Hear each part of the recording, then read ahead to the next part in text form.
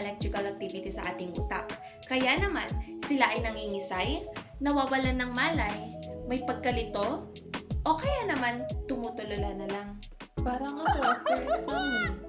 At alam mo ba, millions of people worldwide experiences seizure or epilepsy. Pero, hindi lahat ng seizure ay epilepsy. Narito ang mga posibleng dahilan kung bakit nagkukumbulsyon ang isang tao. Hoy, pigilan niyo siya! Subuan ng kutsara! Lagyan ng alkohol! Teka lang!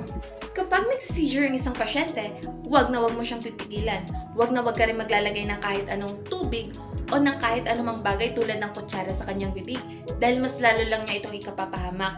Ano nga ba ang dapat mong gawin kapag may nakikita kang pasyenteng nag-seizure? Unang-una, kumalma ka. Pagkatapos, tanggalin mo lahat ng mga nakapalibot sa pasyente na pwedeng makapanakit sa kanya. Ang goal natin dito is maprotektahan ng pasyente at maiwasan ang anumang injury. Ipiniligawan siya sa kabilang side. At ang pinaka-importanteng part, i-time mo kung gaano katagal na nag-seizure ang pasyente.